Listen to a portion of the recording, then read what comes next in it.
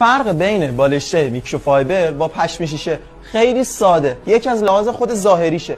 نگاه کن، خود پشم شیشه رو میبینی، شاید باورت نشه 60% مردم ایران روی بالشته پشم شیشه استراحت میکنن که خودشون از الیافی که داخلش هستش اصلا خبر ندارن چه جوری هست، که خودت اینجا راحت میتونید مشاهده بکنید. ببینید بعد اصلا اینا حساسیت شدیدی برای پوست به وجود میاره که خیلی از صورت‌ها رو نگاه بکنید که جوش میزنه، که دلیلش به خاطر اینه ضد تریق هم نیست و کاملا روش عرق میکنی. حالا الیاف میکروفایبر اینجا نگاه بکنید نرم و ژله‌ایه و اینکه خیلی راحته و تازه، کاملا اینا طبیعی هستن چون حداقل 2 هفته داخل دستگاه بوده که حالت ارتجاعش حفظ بکنه.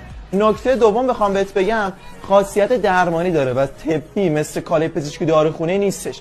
کافیه برای اینکه بخوای یه بالش درست و کاملا استاندارد تهیه بکنی، دایرکت بهم پیام بدی که کاملا ریشه‌ای راهنماییت میکنم، چه صرفا برای پیشگیری چه صرفا برای درمان درد آرتروز و دیسک و کتر. خیلی مخلصیم، دایرکت در خدمت شما هستم.